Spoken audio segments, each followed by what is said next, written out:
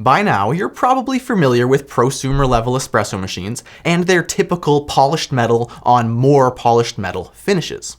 However, the folks at Seattle Coffee Gear, or should I say Diletta, are looking to buck this trend by bringing two new machines to market that are seemingly tailor-made to take direct aim at several price point leaders, not just with attractive finishes, but also competitive feature sets.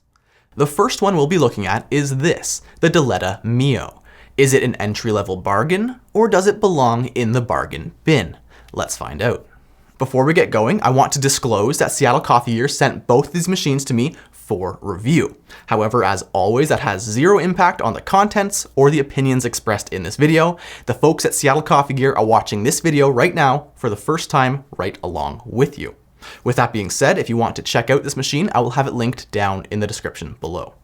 I do want to start by explaining what exactly the Diletta brand is for those who might not be aware.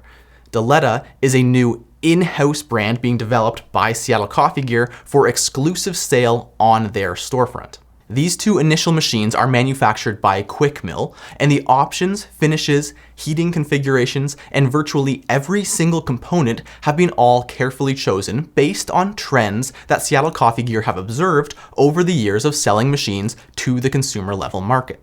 I had the pleasure of sitting down with a Seattle Coffee Gear team member who was responsible for speccing and designing these two machines, and I was pretty taken aback by the level of detail and customization they were actually able to achieve. It is not just choosing a base and slapping a different logo on it. In fact, it's far, far from that, which you are about to see. However, before we dive in too deep to the features, let's start off as we always do with the build quality and design. I really do appreciate the fact that they decided to go against just offering a metal finish. The Mio is also available in white or black powder-coated finishes at zero additional cost. As for the looks themselves, I don't think the Mio is a bad-looking machine per se. It sort of looks like a wide-body Gaggia Classic Pro, and the color options allow you to tailor it a bit to your individual kitchen. Speaking of the Gaggia, this is not the last time you're going to hear that comparison made in this video. Moving on to the build quality, the Diletta Mio is well built and solid in the areas that it matters most. The chassis and shell are all metal, there is a metal cup rail, the portafilter is quite solid, all of the switches feel robust and tactile, even the steam arm ball joint left me with absolutely no concerns. So good job to Diletta for spending the money where it really counts. With that being said, there are clearly some areas where the finishes have been consciously sacrificed in order to keep costs down, probably the most noticeable of which is the drip tray. The drip tray and drip tray cover are pretty rough around the edges, both figuratively and in some places literally. The drip tray itself is a simple metal box with good capacity, which then slides snugly into the frame of the machine.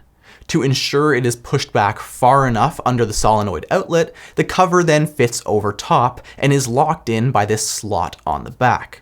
Not the worst system, but it is a little bit finicky, and it does have a tendency to slide side to side if it is not perfectly centered on the base. Moving on to the features, you can see why Diletta chose to cut costs on certain lower touch finishes, because in return, they've managed to fit in a lot of nice to have features that simply aren't present on other machines in this price range.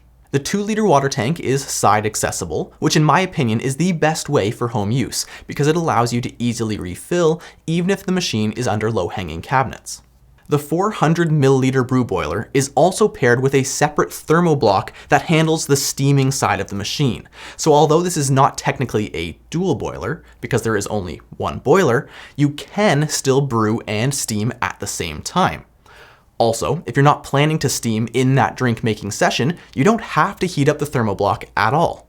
There is a separate power switch for the steam circuit, which is a really nice energy saving feature.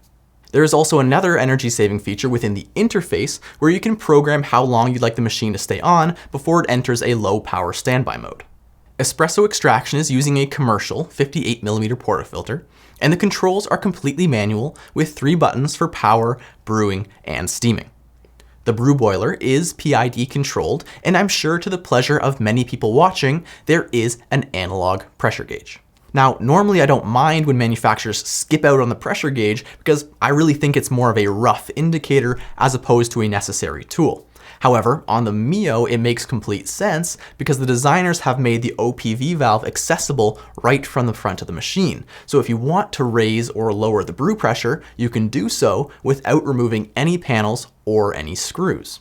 Quickly touching on the user experience, I do have one major complaint about the Mio, which is cup clearance. Their site says 3 inches, it's more like 2 3/4, and either way, it is simply not enough. With any scale and any shot glass, the spouts end up inside the cup. Full-sized cups, don't even think about it. However, other than that complaint, the Mio has been really enjoyable to use, and it is a noticeably lower effort machine to use than other single boiler espresso machines. Being able to brew and steam at the same time, as well as having a PID controlled boiler, is very convenient and very consistent. The interface also doubles as a shot timer while the shot is running, which is another nice feature. I think a fair comparison to make is that this is sort of like a Gaggia Classic Pro, if you will. They have similar build quality, similar looks, and similar tiny cup clearance, but the Mio has the addition of PID temperature control, a shot timer, simultaneous brewing and steaming, a much nicer portafilter, and a much nicer steam arm. Moving on to espresso quality, the Mio was a surprisingly consistent performer. It is very temperature stable, not only due to the fact that it is PID controlled, but also because of the boiler position itself.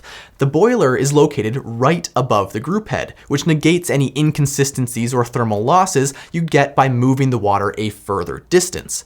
The downside of this system is the large forehead you see, and the poor cup clearance. It's also worth mentioning that the PID itself gives a true reading of the boiler temperature instead of just showing the set temperature you've selected. This is nice because you can see if it overshot by a few degrees or is still in the process of warming up. Stock from the factory, the Mio was running at about 10 bars of pump pressure, which will get you down to around 9 bars at the group head. However, like I mentioned earlier, if you wanted to play around with this using lower pressure extractions or for some reason higher pressure extractions, you can do so very easily through the OPV valve right on the front of the machine. This is a really nice touch. The vibratory pump that the Mio uses was also relatively smooth and somewhat quieter, I thought, than other vibratory pump machines I've used in the past. Moving on to milk steaming, the Diletta Mio comes with 2 steam tips, depending on whether you prefer a single hole or multi-hole setup. The steam arm is a good size, with good adjustability, and is a no burn steam arm, making it safer and milk cleanup way easier. One thing I did immediately notice is that it doesn't come back in over the drip tray nicely. You have to sort of angle it around oddly into the brewing area. Now, after talking to the designer, I learned that this was a conscious decision to go with a longer, more adjustable, higher quality steam arm. However, the drawback is this awkward angling and odd fit on the machine. And while I do agree with their decision to go with a better steaming experience, it still seems a little bit odd for a machine in this price range. Steaming speed and power was good, nothing mind-bogglingly fast, but perfectly suitable for an entry to mid-level machine. Something like the Rancilio Silvia will have more steaming power than the Mio, but at the sacrifice of being able to brew and steam at the same time. The Silvia takes quite a while to heat up from brewing to steaming temperature. The Mio can serve multiple drinks back to back while brewing and steaming simultaneously. So, who is this machine for, and do I recommend it? I think that Diletta have been very purposeful about where they did and didn't spend money on the Mio to provide a feature set and higher end user experience at a price point that undercuts other more expensive machines like the Rancilio Silvia Pro X and the Espresso Steel Duo. Is it a perfect machine? No. There are certain areas that are definitely a little bit rough around the edges, like the drip tray and the fact that the steam arm does not fit onto that drip tray. But at the price point and with the feature set that it offers, it does make it a compelling option for someone who wants a step up in terms of speed and consistency from something like a Gaggia Classic Pro, but does not want to spend thousands of dollars on a prosumer level dual boiler. So, if you want to check out the Mio, I will have it linked down in the description below. If you've enjoyed this video, please leave us a like and even consider subscribing if you want to see some more like it in the future. Thanks for watching, and I will see you in the next one.